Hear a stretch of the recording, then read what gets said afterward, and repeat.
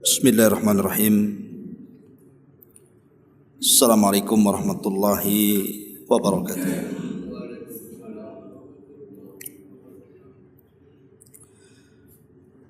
Alhamdulillah wassalatu wassalamu ala Rasulillah wa ala alihi wa sahbihi wa mawalah wa la hawla wa la quwwata illa billahi wa ba'du. Alhamdulillah, segala puja dan puji hanya milik Allah subhanahu wa ta'ala. Salawat dan juga salam kita hadiahkan kepada Rasul kita Nabi besar Muhammad sallallahu alaihi wa ala alihi wasallam. Pembahasan di malam hari ini kita akan membahas tentang masalah keluarga lagi, tentang 10 dosa seorang bapak kepada anak.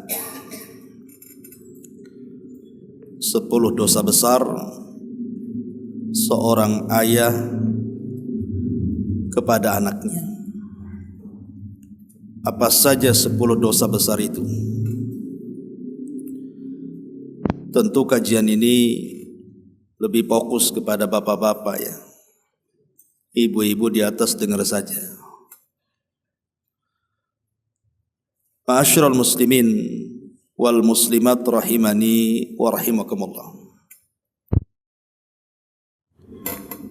Kita tahu bahwa anak itu adalah anugerah yang luar biasa yang Allah titipkan kepada kita. Makanya para nabi mereka berdoa kepada Allah subhanahu wa ta'ala untuk dianugerahkan anak-anak kepada mereka. Karena kita tahu bahwa keturunan itu adalah anugerah untuk meneruskan cita-cita seorang ayah kepada anak. Kita lihat rata-rata para nabi yang punya anak, anaknya jadi nabi. Seperti umpamanya Nabi Daud punya anak Sulaiman, Sulaiman jadi nabi. Kemudian Nabi Ishak punya anak Yakub jadi nabi. Kemudian Nabi Zakaria punya anak Nabi Yahya jadi nabi juga. Artinya keinginan para nabi itu kalau mereka punya anak, mereka meneruskan estafet perjuangan mereka. Itu di dunia. Dan di akhirat tentunya anak itu diharapkan oleh orang tuanya jadi syafaat. Makanya kenapa dalam sebuah hadis ada seorang yang di sorga itu berpindah-pindah dari satu tingkatan ke tingkatan berikutnya. Jadi orang ini bertanya kepada Allah Azza wa Jalla, ya Rabb, amalku tidak cukup. Kenapa kau letakkan aku di tingkatan sorga yang tinggi ini? Maka Allah subhanahu wa ta'ala mengatakan, bistighfari waladaki iyak. Itu karena istighfar putramu kepadamu. Artinya bahwa keberadaan anak di dunia ini sangat bermanfaat untuk kehidupan kita di akhirat. Maka jangan pernah sia-siakan keberadaan mereka. Ada 10 dosa besar yang ingin saya jelaskan. Yang sadar ataupun tidak seorang ayah itu melakukannya, termasuk boleh jadi kita-kita di sini yang punya keturunan tentunya. Kita akan sebutkan 10 dosa besar ini secara global, baru kita rinci satu persatu. Yang pertama, ada ayah itu yang tidak pernah memberikan nafkah kepada anaknya. Bahkan yang lebih parah, terkadang dia menyuruh istrinya untuk bekerja. Istrinya pula yang cari nafkah untuk anak-anaknya. atau karena sebab boleh jadi mungkin suami sudah menceraikan istrinya dan dia tidak bertanggung jawab, akhirnya kemudian yang membesarkan anak-anaknya justru mantan istrinya. Atau mungkin dia safar terlalu lama, mungkin bertahun tidak pernah mengirim apapun kepada keluarganya. Istrinya juga yang menjadi beban bagi anak-anaknya. Atau mungkin karena menikah lagi, poligami, sibuk dengan istri kedua, lupa dengan anak-anaknya. Atau macam-macam sebabnya. Intinya bahwa ada sebagian ayah itu yang tidak tanggung jawab kepada anak-anaknya. Ini dosa besar, tidak boleh dilakukan.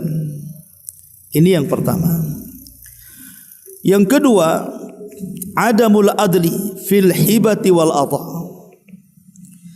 Ketidakadilan seorang ayah terhadap anak-anaknya, baik dalam hibah ataupun pemberian,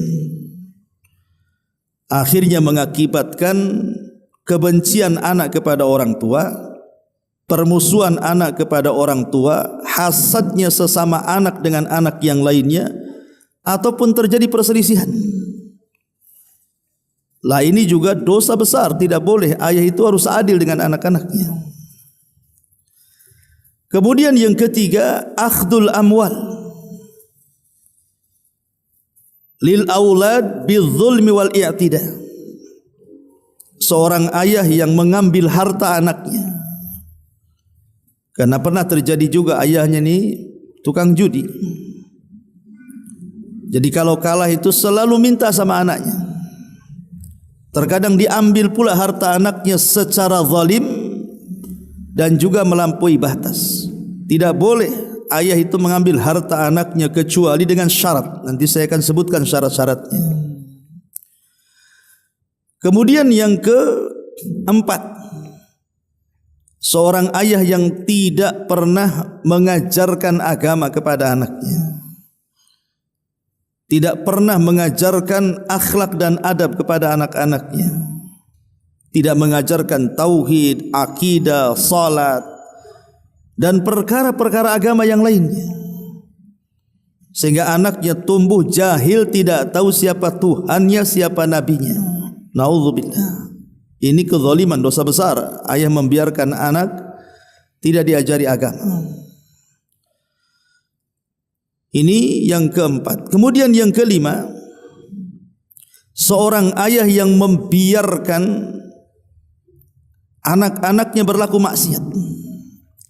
Entah kemudian anak perempuannya buka aurat, tidak pakai jilbab, dibiarkan saja. Anak laki-lakinya kemudian dugem sana sini, tidak pernah pulang, tidak pernah melihat siapa kawannya, jahat baikkah dia, tidak punya kecemburuan sama sekali. Lah itu disebut dayus, dilaknat oleh Allah Azza wa Jalla. Dosa besar, tidak boleh ayah membiarkan kemaksiatan di tengah-tengah keluarga dan anak-anaknya. Ini yang keenam. Kemudian yang ketujuh, ya, yang keenam, zalim kepada anak-anaknya, khususnya kepada anak perempuannya. Ada seorang ayah itu yang memaksa anak wanitanya atau gadisnya itu menikah dengan laki-laki yang tidak disukainya. Padahal pernikahan itu harus dibangun di atas cinta dan kasih sayang. Tapi ada sebagian orang tua itu tidak peduli. Entah karena unsur harta, nampak calonnya walaupun sudah tua tapi kaya, kau harus nikah dengan dia biar kita kaya umpamanya. Atau sebaliknya, ayah membiarkan anaknya mencari jodoh seperti membeli kucing dalam karung. Entah jodohnya itu salatkah dia, muslimkah dia, baikkah dia, jahatkah dia, enggak peduli. Ini juga yang nomor 7 juga sama. Yang nomor 6 ya. Kemudian yang nomor 7, yang nomor 8, ataupun mungkin ada orang tua itu yang memaksa cerai anaknya. karena tidak suka mungkin istri daripada anaknya atau suami daripada anaknya, dia paksa untuk cerai. Ini tidak boleh kezaliman, kecuali karena maslahat agama kan. Ya. Ataupun seorang ayah yang mencaci, memaki ataupun merendahkan anaknya di hadapan orang lain, dan itu sering terjadi, baik kepada anak yang masih anak-anak ataupun anaknya sudah dewasa. Enggak boleh, seorang muslim bukan pelaknat, bukan pencaci, bukan pemaki. Kemudian juga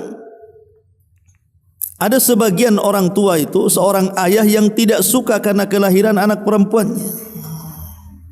Dia pengennya anak laki-laki, keluar anak perempuan. Kemudian dia hamili lagi istrinya, pengen punya anak laki-laki, punya anak perempuan lagi. Si perempuan saja 12 orang. Akhirnya benci dia. Ini adat jahiliyah, perempuan laki-laki sama saja dalam Islam itu. Dan yang terakhir tentunya mendoakan laknat, mendoakan keburukan orang tua kepada anaknya. Inilah 10 dosa besar, tidak boleh dilakukan seorang ayah kepada anaknya. Baik, kita rinci satu-satu. Yang pertama, ada seorang ayah itu yang tidak bertanggung jawab. Nabi SAW mengatakan, khairukum li ahli wa ana khairun li ahli. Kata Nabi, sebaik-baik kalian adalah orang yang baik dengan keluarganya, dan aku sudah mencontohkan bagaimana aku baik saat bermuamalah dengan keluargaku, kata Nabi. Lah, salah satu kebaikan seorang ayah adalah memberikan nafkah. Itu kewajiban dia. Makanya Allah mengatakan dalam surah Al-Baqarah 233 itu, wa 'alal mauludi lahu rizquhunna wa kiswatuhunna bil ma'ruf. Dan kewajiban seorang ayah itu memberi makan dan pakaian kepada mereka keluarganya dengan cara yang baik. Dan nafkah wajib seorang ayah itu, satu, memberikan tempat tinggal, jangan ditelantarkan keluarganya termasuk anak-anaknya. Yang kedua, memberi makan dan minum, itu tanggung jawab seorang ayah. Kemudian mencari obat kalau seandainya anak-anaknya sakit, bawa ke dokter, beli obat di apotek. Kemudian mendidik, kemudian menafkahi pendidikannya. Ini 5 kewajiban seorang ayah tuh. Salah satunya adalah memberikan nafkah. Karena tadi saya katakan, ada seorang ayah itu yang tidak bertanggung jawab. Justru dia enak-enak aja hidupnya tuh. Justru istrinya yang mencari, disuruhnya istrinya keluar negeri, kawan. Disuruh ke Singapura, disuruh ke Arab Saudi, disuruh ke Hong Kong, disuruh ke mana lagi, jadi pembantu di luar negeri. Coba, dianya ongkang-ongkang di rumah tuh. Dia pula yang merawat anaknya, istrinya yang suruh banting tulang cari kerja. Masyarul muslimin yang dimuliakan Allah Azza wa Jalla, ini namanya dunia terbalik namanya. Jadi kewajiban seorang ayah lah yang bekerja keras, bukan istri yang suruh bekerja keras. Karena ada suami-suami yang tipe seperti itu tuh. Jadi suruhnya istri kerja, dianya pula tak kerja. Ataupun tadi terkadang mungkin seorang suami di safar, dia safar lama, tak bekerja di mana, bertahun-tahun sampai hilang kabarnya. Kalau dia mati mana kuburannya gitu. Kalau ada orangnya tak jelas alamatnya, kadang-kadang pusing tuh keluarganya, padahal masih hidup dia. Lah ini masalah kan gitu. Atau tadi karena poligami, nikah dengan yang kedua, beda daerah pula tuh, lebih lama di istri keduanya, istri tuanya dibiarkan sampai menelantarkan anak-anaknya. Atau yang lebih banyak di masyarakat terjadi ini biasanya kalau suami sudah menceraikan istrinya, kemudian hak asuh diambil oleh istrinya, itu suami tidak pernah nengok anaknya itu. Jangankan ngirim uang, nengok pun tidak, nanya pun tidak. Nah, ini kan bahaya, dosa besar, ikhwatu fiddin. Padahal Nabi SAW mengatakan dinarun anfaqtahu fi sabilillah wa dinarun anfaqtahu fi raqabatin wa dinarun tasaddaqta bihi ala miskin wa dinarun anfaqtahu ala ahlik a'zamuha ajran alladhi anfaqtahu ala ahlik.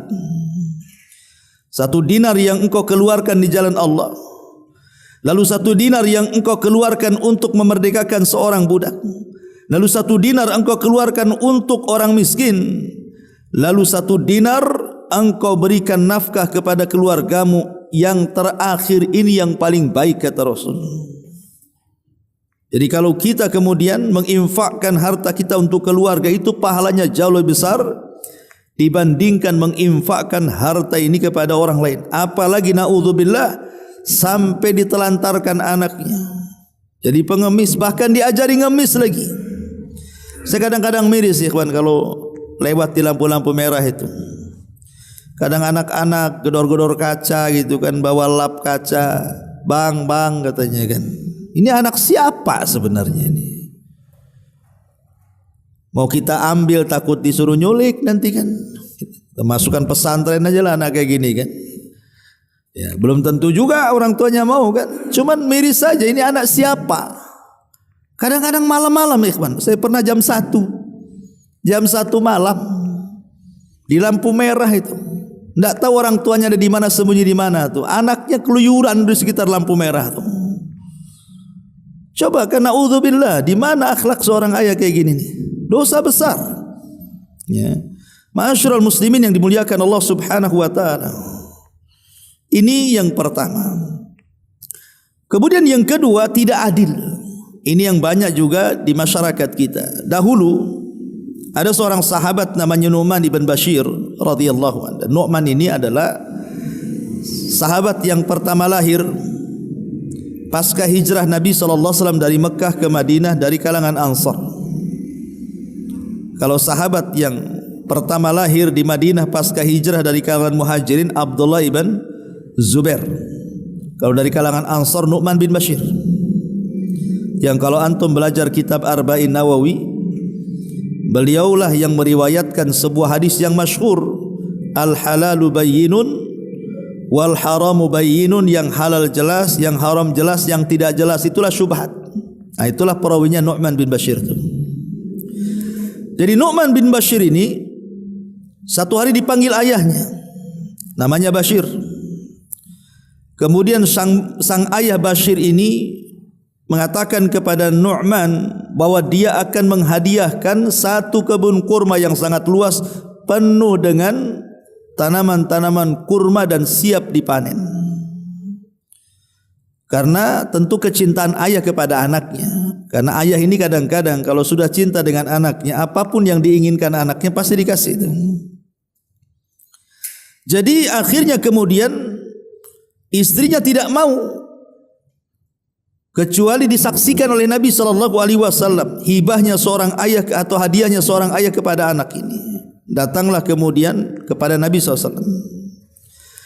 Maka Nabi SAW bertanya kepada Bashir, adakah putramu selain Nu'man? Kau memang punya putra satu ya kepada Nu'man? Kata ayahnya tidak. Kata Bashir, tidak, anakku banyak. Maka Nabi SAW, kalau begitu kau beri juga anak-anakmu yang lainnya. Kau beri juga anak-anakmu yang lainnya. Ini tidak adil namanya kan.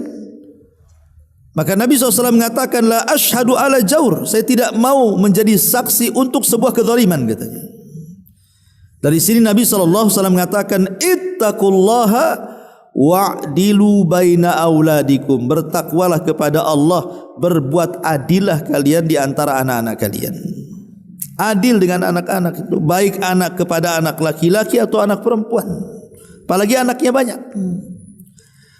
Kecuali kalau yang dimaksud ketidakadilan itu masalah kecintaan, lain beda. Kalau tidak adil dalam masalah cinta tidak ada masalah, karena cinta itu urusan hati.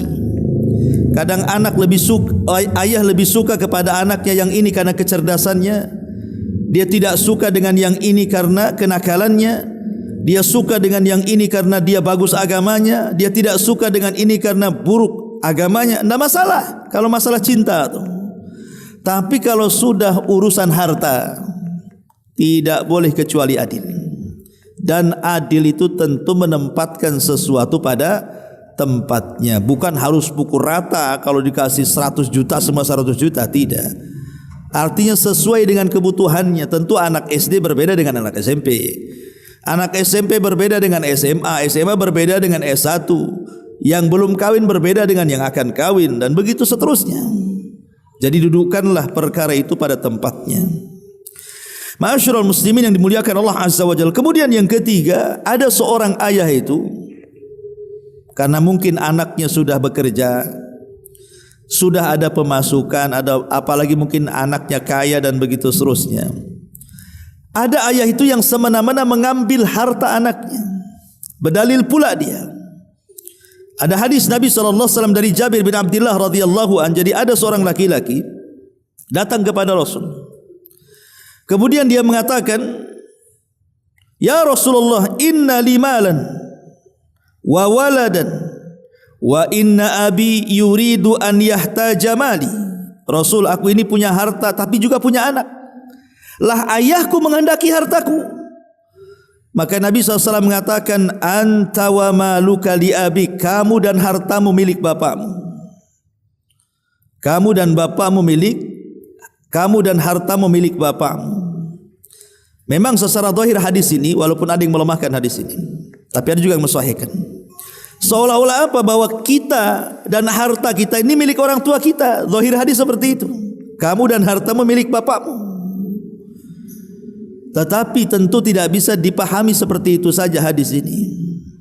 Sebab kalau dipahami secara retarlek, artinya secara zahirnya saja, nanti akan bertentangan dengan nas-nas yang lainnya. Contoh umpamanya, kalau hadis ini diartikan secara zahirnya, lahiriahnya, kamu dan juga hartamu milik bapakmu, berarti kalau seandainya anak ini meninggal, berarti hartanya milik bapaknya semua kan?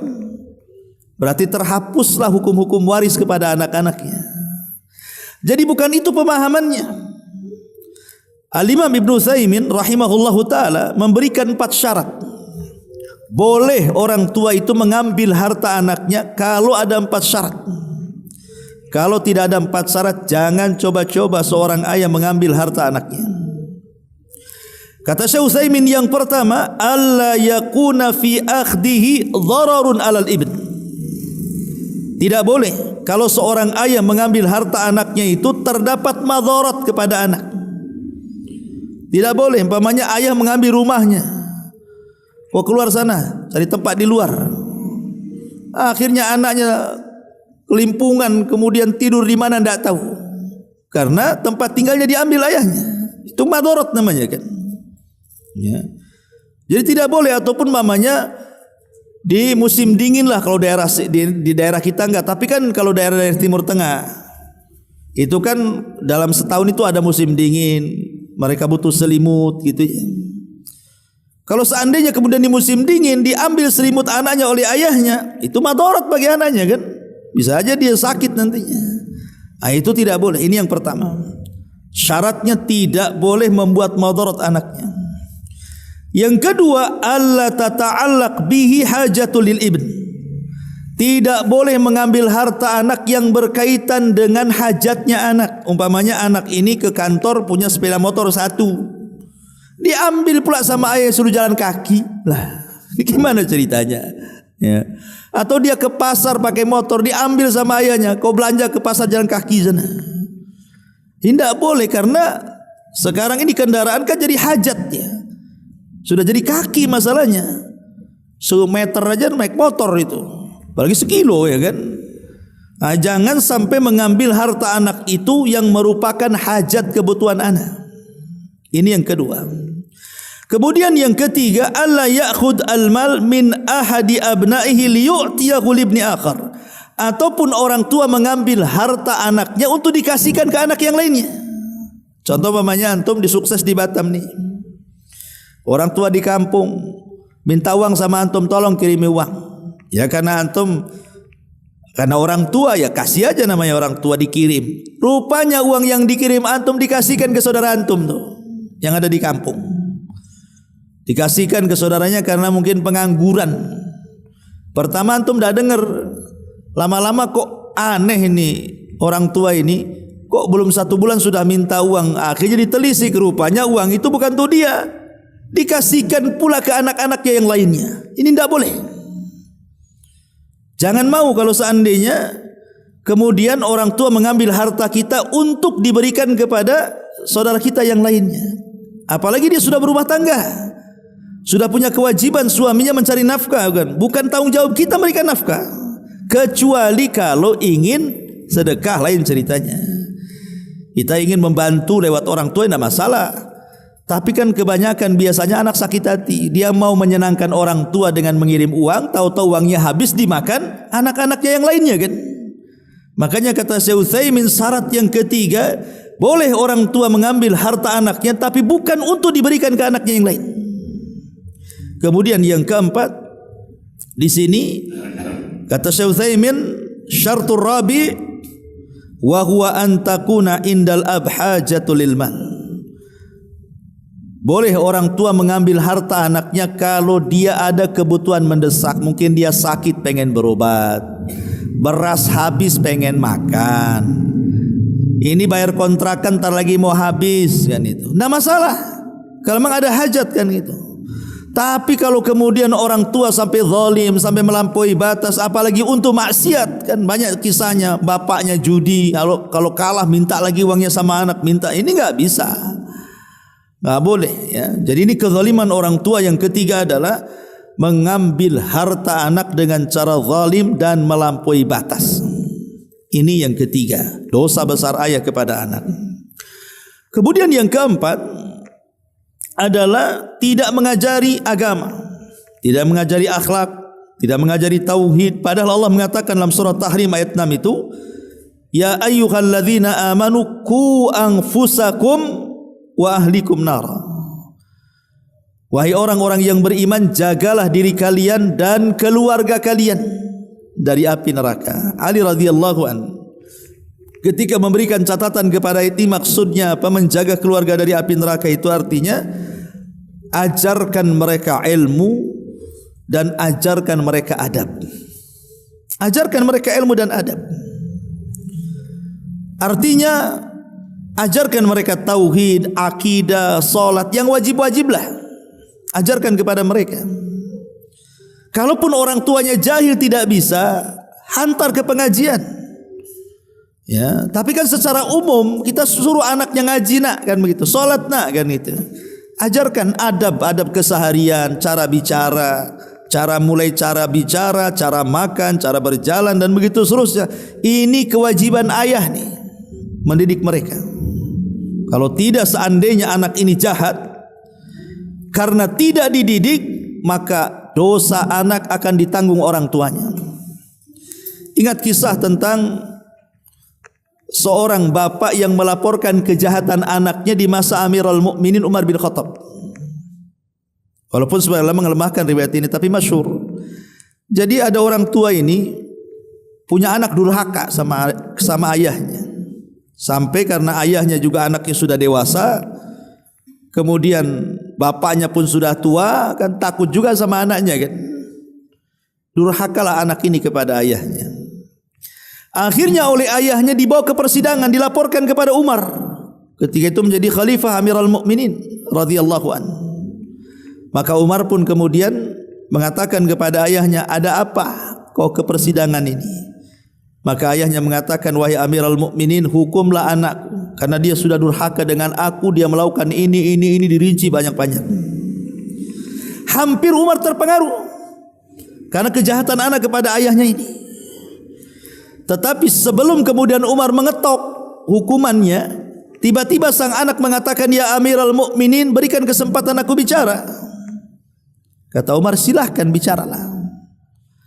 Kemudian kata anak ini, wahai Amirul Mukminin, saya ingin tanya satu pertanyaan saja sebelum kau ketok tuh meja hukuman tuh. Apa itu? Apa kewajiban seorang ayah kepada anak? Maka Umar bin Khattab mengatakan 3. Pertama, mencarikan ibu terbaik. Kedua, mengajarkan mereka Quran. Ketiga, memberi nama anak itu dengan nama yang baik. Kata Umar bin Khattab, kewajiban seorang ayah mencarikan ibu terbaik, memberikan nama terbaik dan mengajarkan Al-Quran. Kata anak ini, wahai Amirul Mukminin, tiga-tiganya enggak ada sama ayah saya, katanya. Pertama, mencarikan ibu yang baik. Tidak, aku ini anak seorang budak. Ayahku membeli budak majusi di pasar, kemudian digauli, hamil, lahir aku. Yang kedua, dia memberi nama aku dengan nama yang buruk, nama binatang.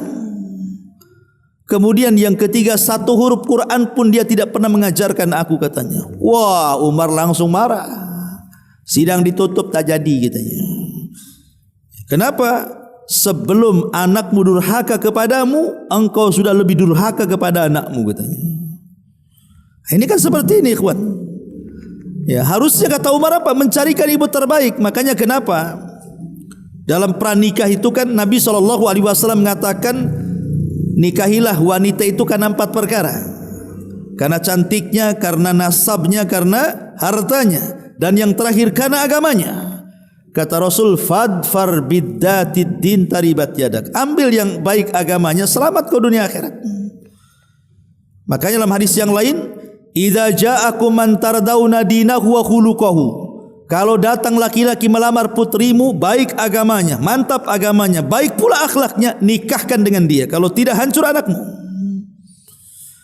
Artinya carikan jodoh terbaik supaya turunannya baik.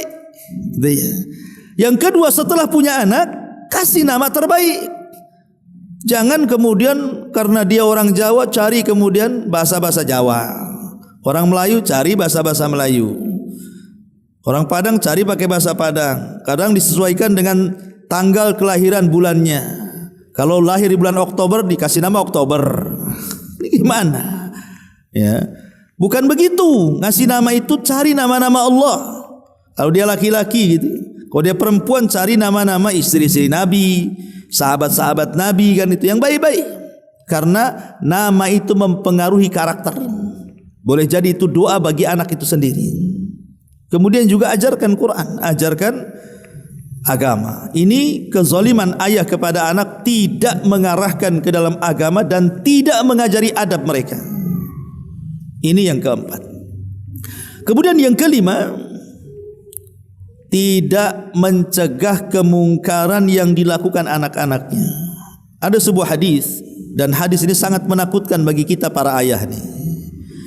Kata Nabi SAW, salasatun harramallahu tabaraka wa ta'ala alaihimul jannah. 3 kelompok yang Allah haramkan surga atas mereka. Subhanallah. Allah haramkan surga, ikhwan. Artinya tidak bisa masuk surga, masuk neraka lah. Siapa 3 kelompok ini? Mudminul khamri, orang yang kecanduan khamr. Ingat kecanduan khamr. Kemudian wal'aku, dan anak yang durhaka kepada orang tuanya. Dan yang terakhir ad-dayyus alladhi yukirul khabsa fi ahlihi. Dayyus yang membiarkan kemaksiatan terjadi di tengah-tengah keluarganya, dibiarkan. Disebut dayyus itu. Jadi kalau kita sebagai ayah melihat kemungkaran kepada anak kita, cegat. Makanya dari kecil itu sudah harus dicegat sebenarnya. Sebab kalau sudah besar dia bisa melawan masalahnya. Dari kecil itu. Jadi kalau umpamanya anak kita ini dari kecil, umpamanya anak perempuan belum balik, sudah diajari pakai jilbab. Sehingga kalau dia sudah besar, dia tahu harus menutup auratnya. Dan biasanya kalau dari kecil sudah dijelaskan tentang batasan-batasan aurat, bahaya membuka aurat. Nanti kalau sudah besar, anggaplah qadarullah anak perempuan kita ini terkena pergaulan bebas, dia cabut jilbabnya. Insyaallah ikhwan, dia pasti akan balik. Pasti akan pakai jilbab lagi dia. Kenapa? Karena ada dasarnya. Dia tahu hukum-hukumnya. Pasti suatu ketika akan takut dia. Tapi kalau dari kecil memang enggak pernah dilatih untuk menutup aurat, sampai besar dia akan seperti itu. Kecuali mungkin dapat hidayah, kan begitu. Ma'asyiral muslimin yang dimuliakan Allah Azza wa Jalla. Jadi jangan sampai kemudian ayah membiarkan kemungkaran, anaknya kelayapan ke sana kemari, tidak pernah ditanya, kau dari mana? Siapa kawan? Kemana saja? Kau enggak sholat ya? Di masjid tak nampak pula kau di situ. Di mana kamu? Jadi harusnya ayah itu tegas dengan anak-anaknya. Jangan sampai kemudian anak tak sholat dibiarkan, anak main dengan anak nakal dibiarkan. Karena sekarang lihat coba, kadang-kadang saya miris coba, banyak geng-geng motor yang enggak jelas itu. Itu anak-anak remaja, anak-anak SMP. Kadang-kadang tengah malam ngangung-ngangung ganggu orang itu. Itu anak siapa itu? Kenapa orang tuanya membiarkan gitu loh? Naudzubillah. Ya, maka mereka dayus, dosa besar. Ya, ini yang nomor 5. Ya. Kemudian yang nomor 7, anak terkadang atau khususnya anak wanita ya, dipaksa oleh orang tuanya untuk menikah. Qatu filin muliakan Allah Azza wa Jalla, harus dipahami, ayah tidak boleh memaksa anak putrinya menikah dengan laki-laki lain. Karena ada juga, saya kenal seseorang di Batam ini, jadi pokoknya anak putrinya ini maunya seperti ayahnya, didoktrin sama ayahnya, aku yang akan carikan jodoh. Jadi ayahnya ini nyari jodoh orang kaya, walaupun dia itu sudah nikah, jadi paksa untuk poligami karena alasannya kaya. Jadi calonnya kaya padahal sudah punya istri. Yang ada sebenarnya masalah hukum poligami tidak ada masalah kan gitu. Tapi memaksa anak gadisnya untuk menikah dengan laki-laki yang kaya itu, yang sudah punya istri, padahal anak gadisnya itu tidak suka. Apalagi sudah tua pula, apalagi dah bangka gitu ya. Agak repot ya kan. Jadi ini keinginan orang tuanya untuk kaya saja. Lah ini enggak boleh. Dalam hukum Islam itu tidak sah pernikahannya. Makanya kenapa kita harus pahami ya soal memaksa anak gadis menikah dengan laki-laki yang tidak disukai. Pertama ikhwan, bahwa pernikahan itu harus berdiri tegak di atas mawaddah dan rahmat. Harus tegak di atas cinta dan kasih sayang. Bagaimana anak ini tidak sayang, tidak cinta dengan jodohnya, dipaksa-paksa kan masalah nantinya. Jangankan yang tidak cinta, kita yang awalnya cinta dengan istri kita, kemudian karena banyaknya masalah seiring dengan waktu, lama-lama juga bosan kan, malas nengoknya kan, si dia terus. Ya. Kadang-kadang udah bosan nengok dia karena mungkin saking banyaknya masalah, hilang cintanya, hilang sayangnya itu. Itu yang sudah lama menikah kan. Nah ini sama sekali tidak ada perasaan cinta sayang, dipaksa-paksa kau harus kawin dengan dia. Ini tidak bisa, ini menyelisihi aturan pernikahan. Yang kedua, bahwa manusia tidak bisa dipaksa soal cinta itu. Enggak bisa manusia dipaksa soal mencintai itu. Makanya kenapa Allah mengatakan walan tastati'u an ta'dilu bainan nisa walau harastum. Kalian sekali-kali tidak akan dapat berlaku adil kepada istri-istrimu kalau kamu punya lebih daripada satu istri. Maksud tidak adil di sini maksudnya perasaan. Kalau perasaan tidak bisa, antum punya istri 4. Tidak mungkin perasaan antum semua sama 100%, tidak mungkin. Pasti akan yang kesini lebih senang mungkin karena mudanya, yang kesini lebih suka karena manisnya, yang kesini lebih suka karena gemoynya atau apalah kan. Kan itu ya. Pasti adalah perasaan cinta itu mesti beda, tapi kalau hak itu harus adil kan gitu. Tetapi kan cinta tidak bisa dipaksa masalahnya. Ya. Kemudian ikhwatu fiddin, Nabi tidak pernah memaksa anak-anaknya nikah dengan selera dia. Nabi kan punya anak perempuan 3 loh. 4 ya kan, dari Ruqayyah, Ummu Kulthum, kemudian Zainab sampai kepada Fatimah. Satu pun Nabi tidak memaksa mereka nikah. Mereka cari jodoh, disesuaikan dengan keinginan mereka. Lah ini menunjukkan bahwa tidak boleh memaksa anak gadis kecuali karena kerelaannya. Makanya pentingnya anak gadis itu diajari agama. Kalau diajari agama, dia akan nurut sama orang tuanya. Terserah ayah lah mau nyarikan, yang penting samat hafal Qur'annya dengan saya kan begitu. Sama juga dia manhaj dan akidahnya, dia nurut saja, dia mau. Tapi kalau anak itu jauh dari agama dipaksa-paksa, apalagi zaman sekarang, Anak itu berontak ikhwatu fiddin. Apalagi umpamanya anak zaman sekarang dia sudah punya pacar sejak sekolah, ataupun punya pacar di TikTok, di Facebook, di apa gitu kan. Tahu-tahu orang tua ngomong kau kawin dengan dia, bunuh diri itu. Banyak terjadi seperti itu.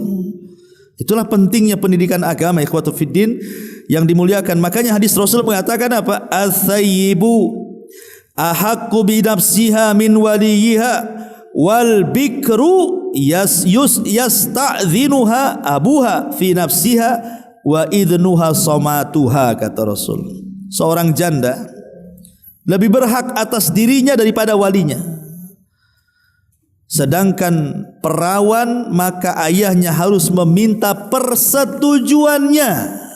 Gak bisa main kawin-kawinkan dulu, dijelasin dulu, nah itu bagus, kamu kalau nikah dengan dia selamatlah agamamu begini bla bla bla, dikasih keterangan baru anaknya mau kan itu. Dan izinnya itu adalah diamnya.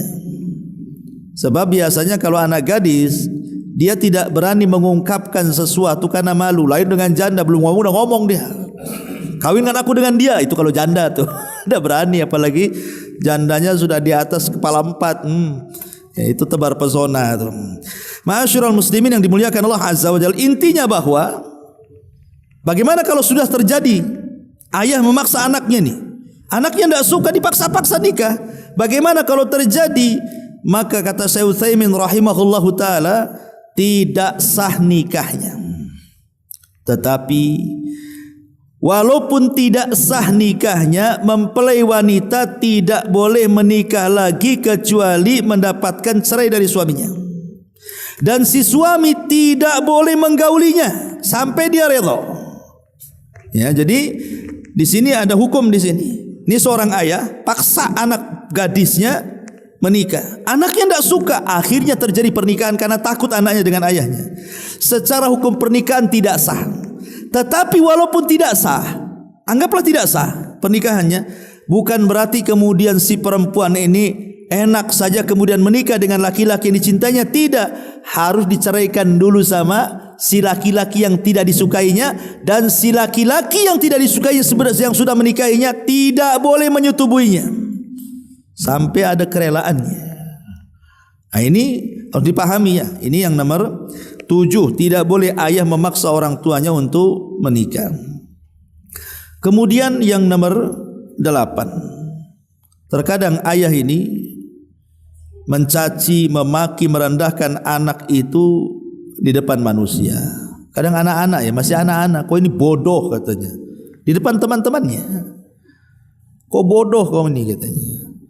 Akhirnya kan teman-temannya dengar, pasti akan dibulinya kan, ataupun ngomong kasar itu di depan tetangganya. Dan ini saya lihat sering terjadi, terutama orang-orang awam tuh.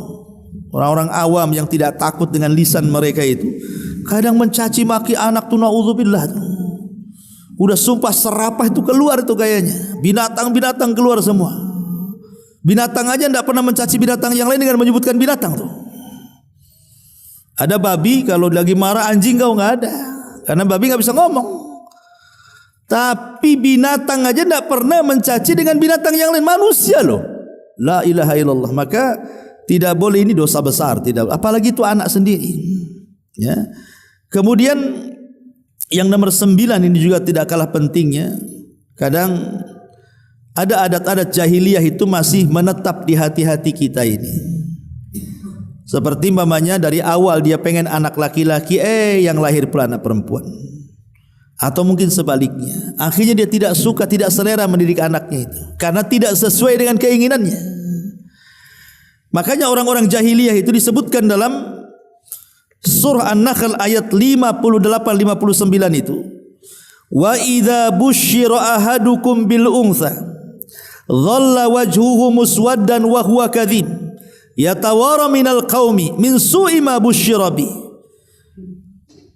Padahal apabila seseorang dari mereka, maksudnya orang-orang jahiliyah, dihabar gembirakan dengan kelahiran anak perempuan, wajah mereka menghitam padam saking marahnya.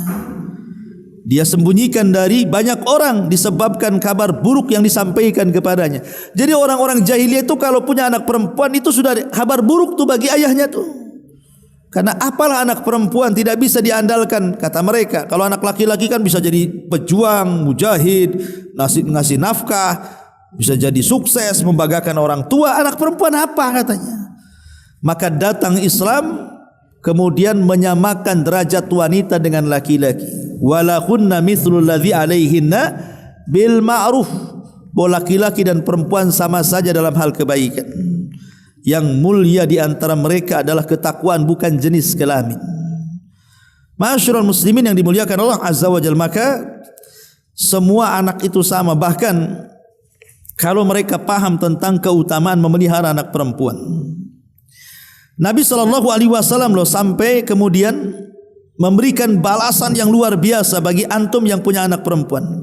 Perhatikan hadis ini. Rasul mengatakan, mani betala atau mani betulia min hadhil banat bi syai'in fa ahsana ilaihinna kunna lahu sitran minan nar. Barang siapa yang diuji dengan sesuatu dari anak-anak perempuannya, lalu dia berbuat baik kepada mereka, maka mereka akan menjadi penghalang bagi orang tuanya dari api neraka. Dalam riwayat Rasul mengatakan, man ala salasa banatin fa adabbahunna wa zawwajahunna wa ahsana ilaihinna falahul jannah, kata Rasul. Siapa saja yang mengasuh 3 putrinya lalu mendidiknya kemudian mengawinkannya dan memperlakukan 3 putrinya dengan baik, maka dijamin dia masuk surga. Subhanallah. Beruntung kalau antum punya anak perempuan itu. Karena tantangan merawat anak perempuan beda dengan anak laki-laki. Tantangan anak perempuan ini berat kan gitu. Karena apa? Hilang sedikit saja kena pergaulan bebas, malunya luar biasa. Tapi kalau anak laki-laki kemana aja kan diumbar saja, kita tidak peduli. Tapi kalau anak perempuan hilang sedikit kita was-was kita. Makanya dulu ada kisah itu. Ada bapak-bapak, nampaknya preman karena bertato-tato tuh, datang ke rumah nangis-nangis. Ya. Saya bilang preman bisa juga nangis, saya bilang kan. Jadi saya bilang, ada apa Pak? Tolonglah Pak Ustadz, rupiah anak saya katanya. Emang kesurupan anak bapak? Enggak katanya. Kemudian dicerita, dulu anak saya itu mondok itu di Medan sana katanya, 2 tahun. Saya senang anak saya karena saya sudah jahat, janganlah anak saya jahat. Tapi ibunya katanya enggak tega. Sudahlah, udah 2 tahun aku rindu dengan anakku, pulang aja ke Batam katanya. Kita pondokkan, kita sekolahkan di Batam saja. Akhirnya cekcoklah dia dengan istrinya, kalah pula dia.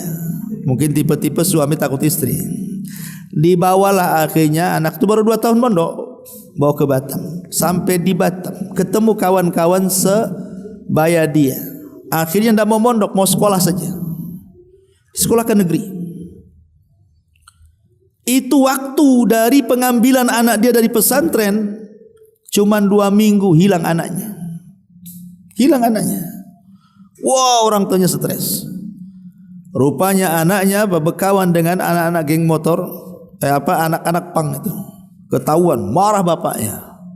Akhirnya dikurung. Dikurung, loncat dari jendela dia.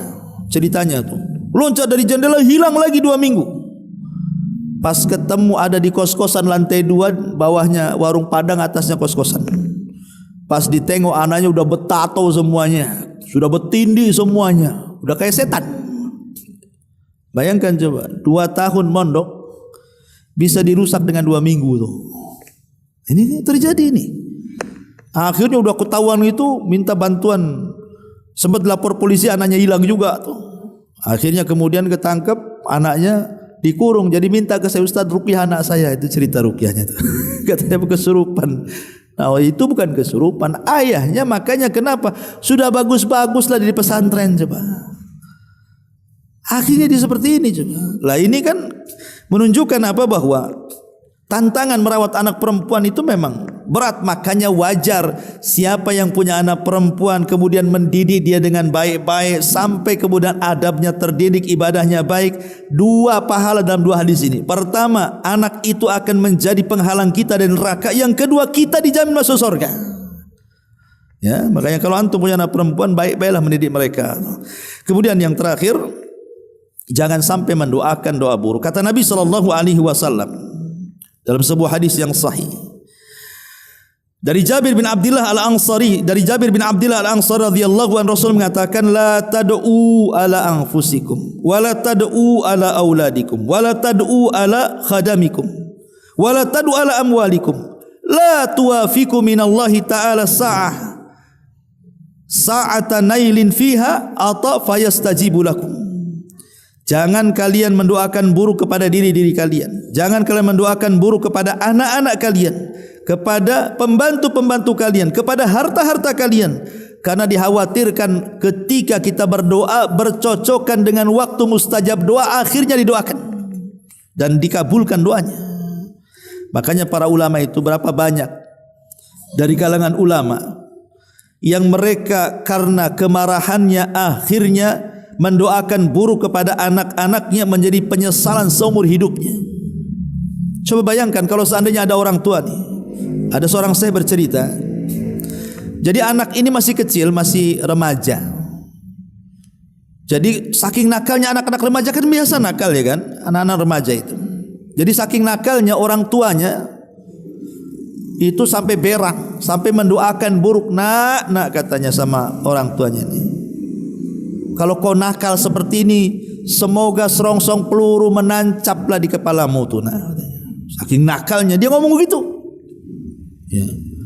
Akhirnya doa ini lupa orang tuanya kalau pernah mengucapkan kalimat itu kepada anaknya. Anaknya itu tumbuh dewasa akhirnya. Tumbuh dewasa, mulai sekolah SD, SMP, SMA sampailah kuliah anaknya.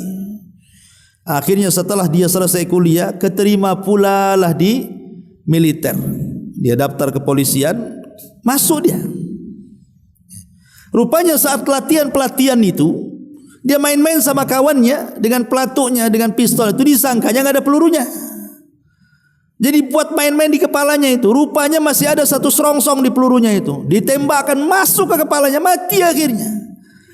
Jadi orang tuanya itu menyesal seumur hidupnya. Kenapa bisa terjadi seperti itu? Jadi dia baru perasan kalau dulu waktu anak ini masih remaja, dia pernah mendoakan seperti itu. Rupanya dikabulkan doanya setelah dia dewasa. Makanya kenapa para ulama tadi mengatakan berapa banyak ulama yang menyesal, menangis seumur hidupnya gara-gara kemarahan, akhirnya terlontar kalimat doa buruk dan Allah kabulkan. Lah makanya kenapa jangan mendoakan keburukan kepada anak-anak. Dikhawatirkan tidak diijabah sekarang, tapi diijabah nanti. Yang boleh jadi kemudian setelah anak itu baik, kita sayang dengan dia, rupanya dikabulkan pula doa kita yang lalu-lalu itu. Maka dari sekarang tahan lisan, doakan saja kebaikan kepada mereka, mudah-mudahan menjadi sebuah kebaikan. Seperti contohnya kalau antum baca biografi Imam Sudes, Imam Mekah, kalau antum umrah ataupun haji kan makruf Imam Sudes, ya, Imam Masjidil Haram, sekarang jadi menteri. Itu dalam biografinya ibunya namanya Sudes, pernah juga anak-anak sama dengan kita, juga pernah remaja, pernah nakal juga. Tapi setiap dia nakal, ibunya selalu tafaul, tidak pernah mengeluarkan kata-kata jelek. Dia hanya mengatakan Sudes, mungkin bahasa kitanya kan. Daripada kau nakal, kau pergi sana ke haram, mudah-mudahan kau jadi imam di situ. Besoknya nakal lagi, itu lagi diucapkan ibunya, Sudes, kau pergi saja ke haram daripada kau nakal tuh. Mudah-mudahan kau jadi imam di sana. Setiap nakal orang tuanya jengkel, itu yang diucapkan. Subhanallah, siapa nyangka kemudian ucapan ibunya yang terulang-ulang bertahun-tahun itu menjadi sebuah kenyataan. Siapa yang tidak kenal Imam Sudes, imam yang ditunggu-tunggu kalau jadi imam di Masjidil Haram tuh. Coba antum kayak gitu. Jadi kalau anak nakal, kamu nih nakal, sana ke Jabal Uhud sana, gantikan Abu Umairah di sana. Ya siapa tahu anak meninggal, dia pula yang jadi mudirnya di sana kan gitu. Nggak masalah. Ya, yang penting yang baik-baik saja. Yang ke Al-Fajri sana, mudah-mudahan jadi imam kau di sana. Nanti Pak Imam keluar, dia pula jadi imam. Intinya bahwa jangan kemudian latah dengan bahasa-bahasa kotor, akhirnya menjadi sebuah kenyataan. Lah inilah di antara 10 dosa besar seorang ayah kepada anaknya. Wallahu alam, mudah-mudahan ada manfaatnya. Subhanakallahumma bihamdika asyhadu an la ilaha illa anta astaghfiruka wa atubu ilaik. Allahu taala alam. Assalamualaikum warahmatullahi wabarakatuh.